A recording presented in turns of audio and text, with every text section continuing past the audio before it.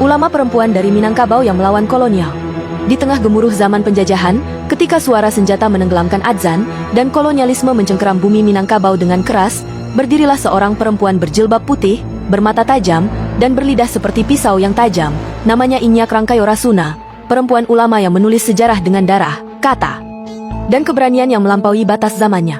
Ia bukan hanya pendakwah, ia bukan hanya pejuang, ia adalah gabungan dari keduanya, seorang ulama perempuan yang membawa risalah Islam dan perlawanan dalam satu napas. Asal-usul dari tanah adat dan tauhid, Rasuna Said lahir di Maninjau, Sumatera Barat, pada awal abad ke-20.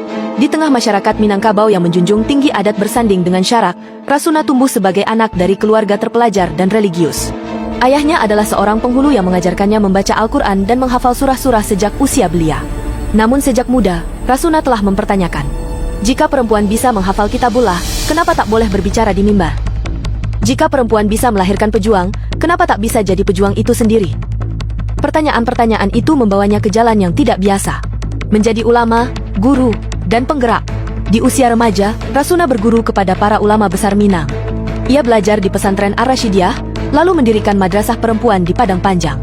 Di sana, ia mengajarkan tafsir, fikih, sejarah Islam, dan kesadaran melawan penjajah. Rasuna memadukan ayat-ayat Al-Quran dengan nilai-nilai kebangsaan. Ia mengutip surah Al-Baqarah ayat 190 di setiap pengajian. Dan perangilah di jalan Allah orang-orang yang memerangi kamu, tetapi jangan melampaui batas. Di tangannya, pengajian bukan lagi sekadar majelis zikir, ia menjadi ruang konsolidasi melawan penjajahan. Dakwah yang menggetarkan Belanda. Ceramah Rasuna bukan hanya mengangkat moral, tapi juga mengguncang penguasa. Di pelataran masjid dan lapangan terbuka, ia menyampaikan khutbah yang menyatukan Islam dan nasionalisme. Ia berkata, Belanda tidak hanya menjajah tanah kita, tapi juga pikiran kita. Dan pikiran yang tertawan lebih berbahaya dari tanah yang direbut. Karena pidatonya yang membakar semangat rakyat dan menyadarkan perempuan agar turut berjuang, Rasuna dijuluki oleh pers sebagai singa betina Minangkabau. Suatu hari, dalam khutbahnya di hadapan ratusan jemaah, ia berkata, hari ini aku berdiri membawa kalamullah. Tapi jika aku ditangkap, jadikan suaraku sebagai pelita, dan bacalah ayat-ayat perjuangan itu dalam dirimu. Tak lama, ucapan itu menjadi nyata. Dipenjara karena membela kebenaran. Pada 1932, Belanda menangkap Rasuna Said karena dianggap menyebarkan kebencian terhadap pemerintah dalam tulisannya di surat kabar. Ia ditahan di Semarang. Tapi ironisnya, penjara justru membuat namanya berkibar lebih tinggi. Ia menjadi perempuan pertama di Indonesia yang dipenjara karena perjuangan politik dan dakwah. Dalam sel, Rasuna tidak diam. Ia menulis tafsir, menulis puisi perlawanan, dan mengirimkan surat-surat ke murid-muridnya agar semangat dakwah tidak padam. Salah satu puisinya yang terkenal berbunyi, kami perempuan bukan hanya dicipta untuk dapur, tapi juga untuk mimbar dan medan juang. Karena surga yang kami rindukan butuh perjuangan, bukan rayuan. Warisan tak terpadamkan. Setelah kemerdekaan, Rasuna Said tidak tenggelam. Ia menjadi anggota Dewan Perwakilan Rakyat dan Dewan Pertimbangan Agung. Tapi ia tidak pernah menjauh dari dunia dakwah.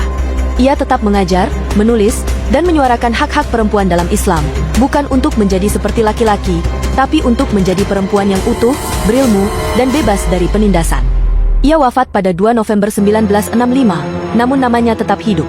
Ia adalah pahlawan nasional perempuan berhijab pertama, dan salah satu sedikit tokoh wanita yang dimakamkan di Taman Makam Pahlawan Kalibata. Penutup, ulama perempuan yang merobek takdir penjajahan. Kisah Rasuna Said adalah kisah tentang ilmu, iman, dan api yang menyala di dada perempuan Minangkabau. Ia membuktikan bahwa ulama tidak harus lelaki, dan pejuang tidak harus mengangkat senjata. Terkadang, kalimat dari lidah seorang perempuan bisa lebih tajam dari peluru. Ia bukan hanya ulama perempuan Minang. Ia adalah simbol dari sebuah tanya. Jika perempuan bisa mengajarkan kebenaran, kenapa kita masih memilih diam? Jika kisah ini menginspirasi hatimu, silakan komentari dan bagikan pendapatmu tentang ulama-ulama perempuan lain yang patut dikenang.